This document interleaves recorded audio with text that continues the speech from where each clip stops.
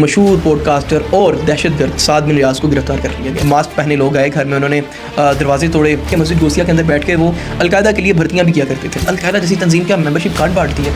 मस्जिद अल गोसिया बिलोंग करती है बरेलवी स्कूल ऑफ थॉट से, और जबकि Barelvi school of thought historically hate करता है तकफीरी ग्रुप, कहता है इन्हें अलकायदा वगैरह को।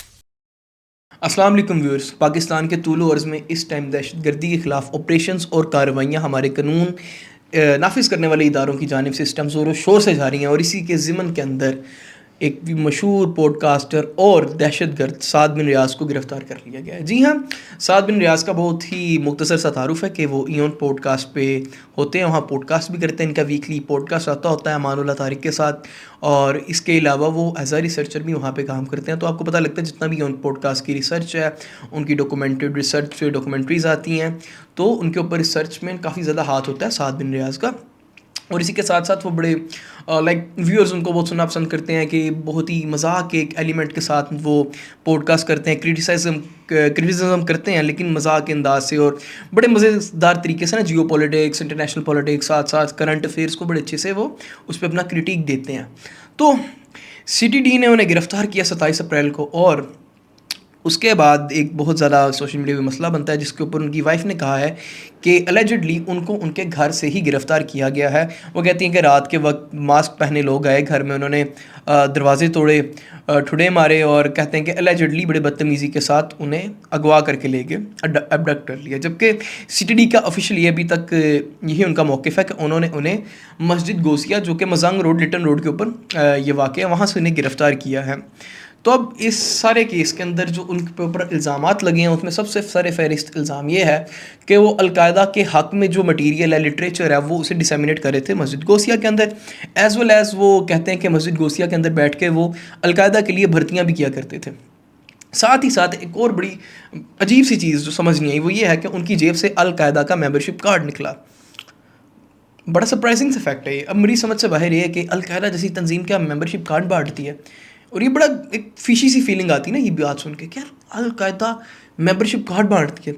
दूसरा ये सवाल भी है, क्या अलकायदा एग्जिस्ट करती है?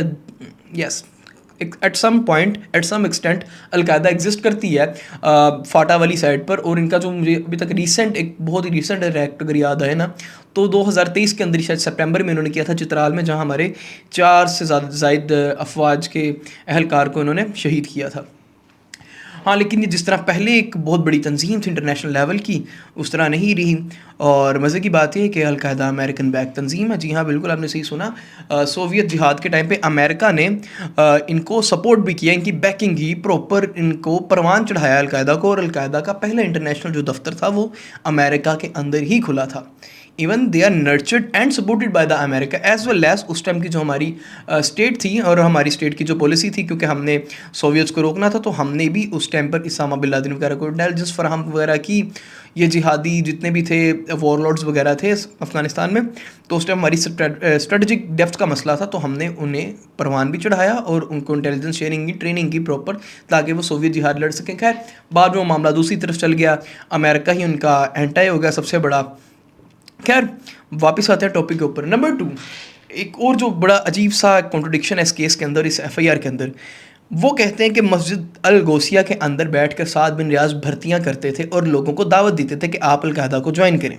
अब ये इसमें बड़ा अजीब सा फैक्ट है और बड़ा मज़ेदार सा फैक्ट है कि मस्जिद अल गोसिया बिलोंग करती है बरेलवी स्कूल ऑफ थॉट से, और जबकि Barelvi school of thought historically hate करता है तकफीरी ग्रुप्स, कहता है इन्हें अलकायदा वगैरह को। तो ऐसा हो ही नहीं सकता कि एक ऐसे स्कूल ऑफ थॉट की मस्जिद जो अलकायदा और इस तरह की तंजीमों को तकफीरी कहते हैं, वो अपनी ही मस्जिद के अंदर अलकायदा जैसी तंजीमों की दावत देने को प्रमोट कर रहे हो। सो दैट्स वाई यहाँ पर एक कॉन्ट्रडिक्शन आती है।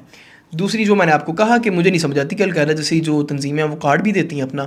नंबर 2, एक बड़ी अजीब सी बात है, वो ये है कि अगर आज भी आप पाकिस्तान की पब्लिक से एक सर्वे करवा लें, तो आपको 25 करोड़ आवाम में से 20 करोड़ आवाम वो मिलेगी जो उसामा बिन लादेन को अपना हीरो ही कहती है। वाई? एक्चुअली जो एंटी अमेरिकन एक नारा है, रेटोरिक है, ये हमारी पब्लिक को काफ़ी ज़्यादा अपील करता है।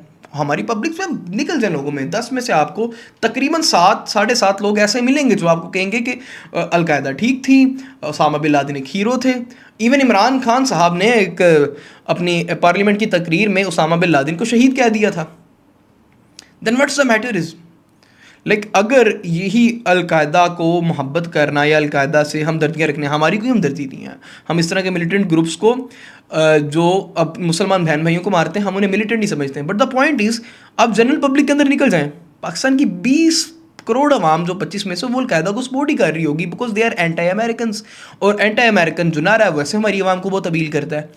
So what's the problem. खैर इसके ऊपर अब प्रॉब्लम क्या है ये तो सीटीडी का जब ऑफिशियल अब बयान आएगा, ऑफिशियल अपने जो सबूत है ये देखना होगा कि उम्मीद करता हूँ कि कोई ठोस सबूत होंगे सीटीडी के पास जिसकी बेस के ऊपर उन्होंने असाद बिन रियाज को गिरफ्तार किया है। ये छोटा इल्ज़ाम नहीं होता। आप एक इंसान को टेररिज्म कोर्ट के अंदर आपने उसे लेकर जाना है, टेररिज्म के एक्ट्स लगने हैं उस बंदे के ऊपर, तो ये कोई मजाक तो बिल्कुल भी नहीं है। तो ये तो देखना होगा कि सीटीडी आके इसके ऊपर क्या क्लैरिफिकेशन देती है, कोई ठोस सबूत है भी नहीं, फिर उसको वेरीफाई करेगी अदालत। तो उम्मीद रखते हैं कि जो कानून नाफिज करने वाले इदारे हैं वो इसके ऊपर मतलब कि बिल्कुल मेरिट के ऊपर इसे सुनेंगे, और अगर साद बिन रियाज मासूम है, इनोसेंट है, तो उन्हें आज़ाद कर दिया जाएगा। लेकिन अगर वो इसमें इनोसेंट प्रूव होते हैं देन द पॉइंट इज़ आपने किस बेस पर उठाया।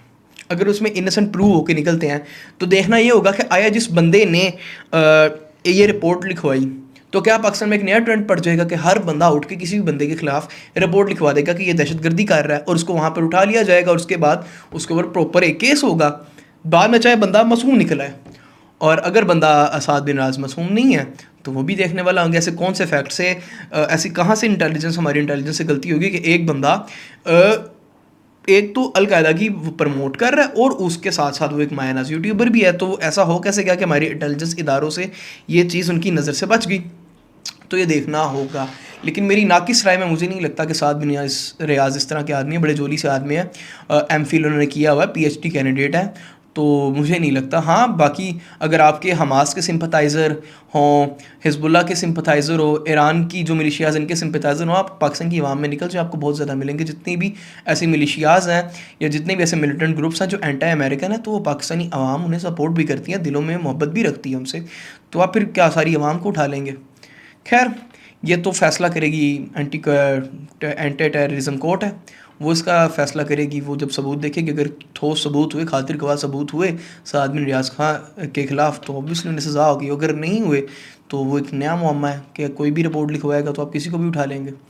तो उम्मीद करते हैं कि जो हक़ है, इंसाफ है, सच है, वो सामने आएगा, और हमारे जो कोर्ट्स हैं टेररिज्म कोर्ट वो इसके ऊपर बिल्कुल मेरिट पर ही फ़ैसला देंगे, और अगर साद भाई मासूम हैं तो वो जल्द रिहा होंगे। वीडियो देखने का बहुत बहुत शुक्रिया। कमेंट्स में अपनी कीमती राय का इजहार ज़रूर कीजिएगा।